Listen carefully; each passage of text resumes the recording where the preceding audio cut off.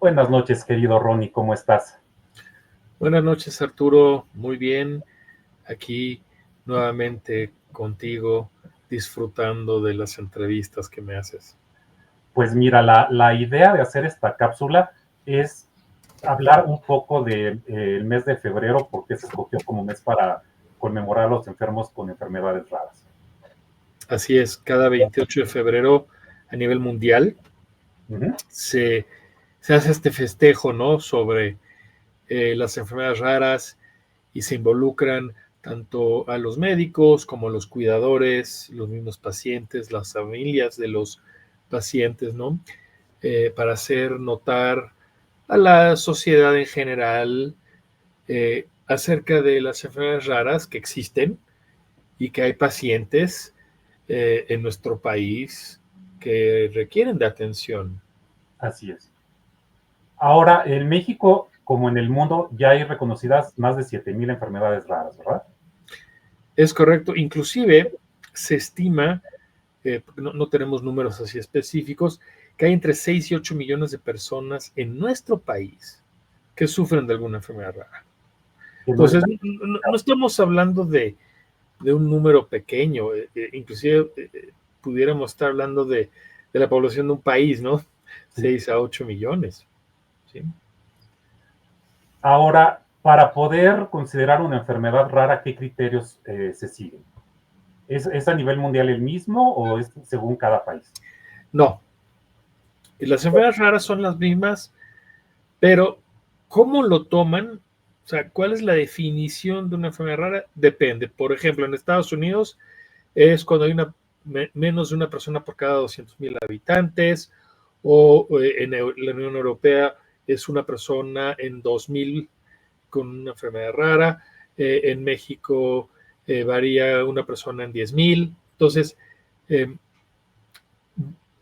los números varían, pero el concepto de la enfermedad rara a nivel mundial ¿Sí? es básicamente eso, ¿no? Eh, Podemos reunir criterios de Europa, de Asia, de América Latina, de América del Norte, Canadá, etcétera, y eventualmente se va a llegar a un consenso, pero por el momento los que más se utilizan son el de 1 en 200,000 para Estados Unidos y menos de una persona por cada 2,000 habitantes en la Unión Europea. Ahora, una persona que sufre algún tipo de enfermedad y no llega a un diagnóstico, ¿en qué tiempo es el adecuado en que debe de pensar en que quizá lo que padece es una enfermedad rara? Mira, es una excelente pregunta, mi querido Arturo. Eh, es bien sabido de que los pacientes con una enfermedad rara, que aún no lo saben, pasan por lo que se le conoce como una odisea diagnóstica. Y en esta odisea diagnóstica pueden pasar por más de 8 médicos, pueden inclusive someterse a diferentes procedimientos, ya sea quirúrgicos o no quirúrgicos, médicos, pruebas, exámenes, y no se llega a un diagnóstico hasta que alguien, ¿sí? Y hay veces que es hasta la misma familia o el cuidador, y en algunos casos el mismo paciente, que dice, oye, a lo mejor tengo una enfermedad rara porque me puse a buscar en internet o porque alguien me dijo, oye, ¿te pareces a esto o el otro que yo escuché en la radio o vi en la televisión o vi en Facebook, lo que sea, ¿no? En alguna red social.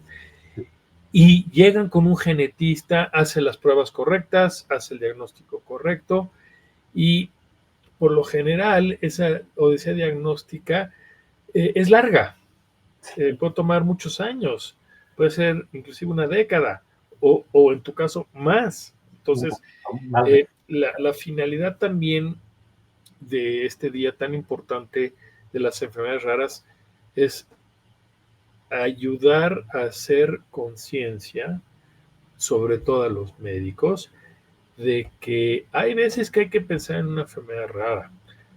No todo siempre va a ser lo que vimos en los libros, no siempre va a ser lo común. Y vaya, si tú recibes un paciente que ya fue visto por varios especialistas, con varios tratamientos, cirugías, internamientos y no se llega a un diagnóstico, la verdad no pierde nada referirlo con un especialista, que es el genetista, porque inclusive puede acortar esta diagnóstica por y supuesto. ayudar al paciente. Porque sí, es muy frustrante. Es muy frustrante para todo el entorno del paciente que no se llega a un diagnóstico. Y, y cuando se llega a un diagnóstico, el mismo paciente o la misma familia dice, sí, lo pensamos, justamente eso era, pero nadie nos escuchaba, no nos tomaban en serio, etcétera. Entonces, las enfermedades raras en particular, ¿sí? No dejan de ser una, una cuestión de salud pública también importante. Claro. ¿Sí? Sí, porque si nos vamos yendo por segmentos de la población que vayan teniendo los diferentes tipos de enfermedades raras, pues ya vamos a llegar a un volumen de un problema de salud ya bastante más grande. Claro. Por eso también es importante recalcar, Arturo, y creo que lo he platicado contigo muchas veces, los registros nacionales, ¿no? Que cada estado tenga un registro, que los médicos realmente hagan bien su trabajo y si hacen un diagnóstico de una enfermedad rara, bueno, pues que suban esa información al registro, ¿no? ¿Y Porque, qué tan cerca estamos de llegar a tener un registro realmente fiel? híjoles, así como quisiéramos de que cada estado tuviera su registro y que tuviéramos una base de datos fidedigna con números específicos de México, no lo tenemos ahorita. O sea, se han hecho intentos a través de la Federación Mexicana de Enfermedades Raras, a través de otras asociaciones, ya se había hecho y se había aprobado por el Consejo de Seguridad General, pero lo echaron para atrás. O sea, es muy difícil que todos se pongan de acuerdo para un bien común. Y cuando digo todos, me refiero a nuestros políticos, ¿no? Pues es complicada la situación que te Es, puedo sí, comentar. es complicada porque para variar, pues hay intereses de por medio, ¿no? Ahora, en cuanto a lo que dice la Constitución, que tenemos derecho a un diagnóstico y a un tratamiento, ¿deja en algún momento de ser letra muerta? Pues no debería ser muerta. Digo, eh, no, el hecho de que no sea común no quiere decir de que ya te salvaste, ¿no? Y digo, cualquier persona que tenga una enfermedad, sea la que sea, rara, común o ultra rara, pues tiene derecho a la atención médica, punto. O sea, Claro. y eso incluye diagnóstico, tratamiento, rehabilitación, lo que tenga que hacerse. O sea, no podemos trabajar en una medicina compartamental en que nada más me interesa lo común y los demás pues ya no sirven, ¿no? O sea, Claro. no. ¿En qué momento deja de ser enfermedad rara para ser ultra rara? Pues mira, eh, ahí sí es dependiendo del número de casos reportados. Ok, Hay enfermedades raras que su, su rareza o su ultra rareza significa que a lo mejor hay 2 personas en el mundo con ella, o 3, ¿sí? O una, y ok. que no se han encontrado más. Entonces, si a mí me preguntas cómo fue que se designa así, no, yo no tengo esa respuesta, pero sí te puedo decir que algo ultra raro es algo que es de por sí raro y todavía más raro porque a lo mejor pocos casos reportados. Ok. Ahora, en México, en cuanto a tratamientos, bueno, primero el diagnóstico y luego el tratamiento. ¿Cómo andamos a nivel institucional y a nivel privado? Pues mira, en ambos estamos todavía, estábamos en pañales y ahorita ya estamos como en una etapa de preadolescencia, si lo quieres llamar así, ¿no? Estamos creciendo, se están haciendo muchas cosas. No sé si tú sabías, pero aquí en México, el primer paciente hispano parlante con la enfermedad de Gaucher recibió la terapia génica. O sea, el primero de todo lo que es Hispanoamérica recibió en México el tratamiento para curar la enfermedad de Gaucher. Entonces, ahí vamos, ¿sí? Y cada año se aprueban nuevos medicamentos, cada año hay más investigación para otros medicamentos que puedan ser accionables para otras enfermedades raras, ¿sí? Porque para que hablemos de una enfermedad rara, en teoría es aquella en donde, independientemente de su frecuencia, pues su tratamiento también es raro o es huérfano, o sea, no hay, ¿sí? Entonces, así antes se llamaban enfermedades huérfanas porque no había un tratamiento. Y muchas pues siguen sin tenerlo, ¿sí? ¿Qué tan complicado sería que México recibiera protocolos de medicamentos huérfanos? No es raro, se hace. O sea, sí, Pero sí hay, sí hay protocolos, sí hay personas que han recibido medicamentos a nivel de investigación. Te repito, falta mucho, ¿sí?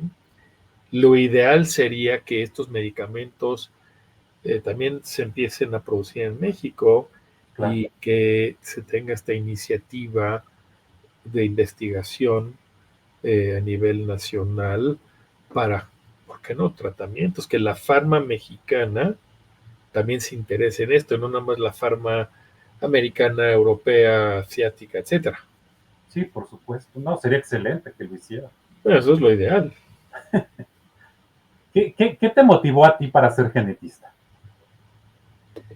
Mira, es una pregunta muy interesante porque de inicio yo no iba a ser genetista, a mí me gustaba la cirugía, me gustaba la urología y me di cuenta de que mis habilidades manuales no eran tan buenas, cuestión de mi vista también no muy buena, entonces vivir con siempre el temor de una complicación por mi vista o por mi inhabilidad de tener esta buena habilidad quirúrgica Sí, que no se adquiere, esa se nace con ella, ¿sí? sí.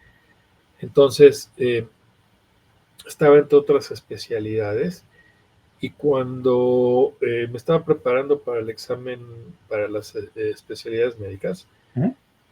nos dieron una clase de genética en un curso que yo estaba tomando Ok. y resulta que pues le entendí, porque cuando yo lo llevé en la carrera no entendí nada. Y muchos años después pues lo entendí, me llamó la atención. Y bueno, pues aquí andamos en la genética desde el 2000. ¿Y cuántos genetistas hay por miles de habitantes o millones de habitantes en México? Y ese es un dato muy interesante porque lo acabo de ver y me parece que es un genetista por cada 500,000, 600,000 habitantes, una cosa así. Entonces, Estamos sumamente bajitos. sí, sí. Hijo, hijo. Y bueno, Somos poquitos y sí, estamos prácticamente en todos los estados, ¿no? Pero sí. falta mucho. Ahora, ¿qué tanto se ayuda las organizaciones de cada enfermedad para censos y toda esta cuestión de manejo de incluso conseguir medicamentos? Claro que funcionan. Mira, todos los esfuerzos que hacen eh, las, eh, las instituciones como tal, como las fundaciones, ya sea por separado o en conjunto, porque tienes, te digo, está la gente de Prader-Willi, está la gente que de osteogénesis imperfecta, está la gente de Ehlers-Danlos, está la gente de porfiria, pero también independientemente están las organizaciones donde juntan a todos estas organizaciones que tienen un interés común que es el paciente y se trata de hacerlo lo más posible. Eh, por ejemplo, la Sociedad Mexicana para la Porfiria, sabemos de que no nada más ayuda en orientar a las personas, inclusive referirlos con los especialistas necesarios. También se ayuda a conseguir la emina, que es el tratamiento que se requiere, ¿no? Lo mismo con la gente que hace la deficiencia de alfa-1 antitripsina, Gaucher, mucopolisacaridosis, etcétera, ¿no? Entonces, si no fueran por estas organizaciones no lucrativas, pues yo creo que estaríamos todavía en la edad de la caverna, ¿no? Pero ahí vamos, ahí vamos. Y aunque no lo creas, estamos mejor que otros países. Sí, tristemente. Sí. Y esta cuestión humana de las competencias entre fundaciones, asociaciones, federaciones, ¿tú crees que haya manera de poderlas resolver? Ay, mira, hay fundaciones que abiertamente buscan una finalidad. Hay fundaciones en donde su fin es ayudar a cualquier persona que tenga esa enfermedad, ¿no? No nada más un selecto número. Sí. Depende de la gente, ¿no? Hay de todo, hay gente que se puede aprovechar inclusive de la situación de los pacientes, hay gente que se puede aprovechar de la voluntad de la gente cuando da donativos, hay de todo. Que se hiciera una gran organización o un consorcio, un conglomerado así de todo, no creo, lo veo muy difícil. Si de por sí tenemos la FEMEXER y tenemos AMAER y tenemos la OMER, pensemos en cebras, o sea, hay muchas, ¿no? Y lo malo es de que no se ponen de acuerdo, ¿no? Porque tienen diferentes tipos de ideologías. Es lo triste.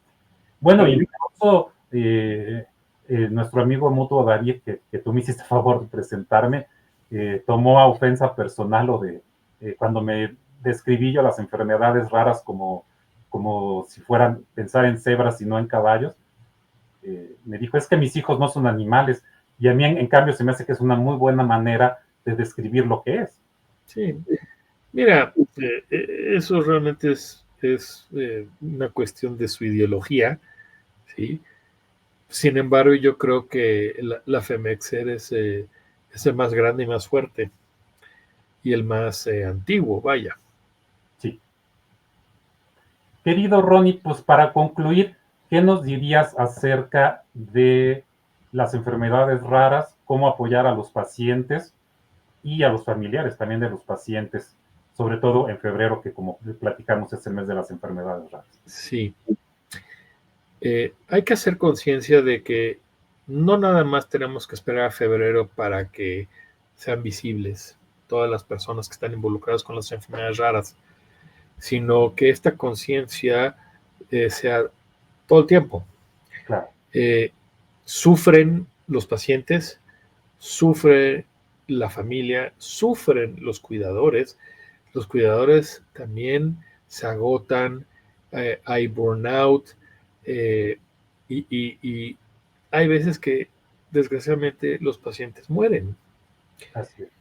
Y eso pues conlleva a problemas también con los cuidadores y la familia. Entonces, más que recordar las enfermedades raras en este mes y en el 28 en particular, es que la gente se internalice, que digiera esta información, que la tenga consigo, que la reflexione, que si eres médico, independientemente de tu especialidad, que hagas una reflexión profunda sobre los pacientes, independientemente si te llegan o no pacientes con enfermedades raras, pero que debes de tener por lo menos el diagnóstico o pensar que es algo raro cuando todos los esfuerzos son fallidos por ti o por otros colegas. Y que vean la resiliencia de las familias y de los pacientes y de los cuidadores, porque si hay gente con estoicismo, son aquellas personas que tienen que ver con las enfermedades raras, que independientemente de sus condiciones socioeconómicas, culturales, religiosas y demás, son de veras resilientes y siempre con la frente en alto para seguir en adelante, a pesar de... Pues yo lo que les dejaría de reflexión es que a lo mejor ese paciente que tiene enfrente de él puede ser el 1% de esa enfermedad y lo tienen frente a ellos. Entonces hay que escuchar al paciente y aprender a creer en el paciente, porque muchas veces se van por el lado psiquiátrico. Cuando no encuentran una evidencia que ellos puedan justificar, pues tristemente no obtenemos los resultados que uno desea. Claro. Pues Ronnie, primero gracias por ser mi genetista, porque ya lo presumí en redes que yo sí tengo genetista, que eres tú, que me ayudaste a terminar con mi odisea diagnóstica. Y algo que te agradezco infinitamente es que me dijiste, como muchos doctores te han dejado solo, yo no te voy a dejar solo, y eso no tengo cómo pagarte. Para mí ha sido un gusto, Arturo. El gusto es totalmente mío, querido Ronnie. Te agradezco mucho estos minutos y pues seguimos dándole, no queda otra. Así es, no queda otra. Pa'lante. Te lo agradezco mucho, Ronnie.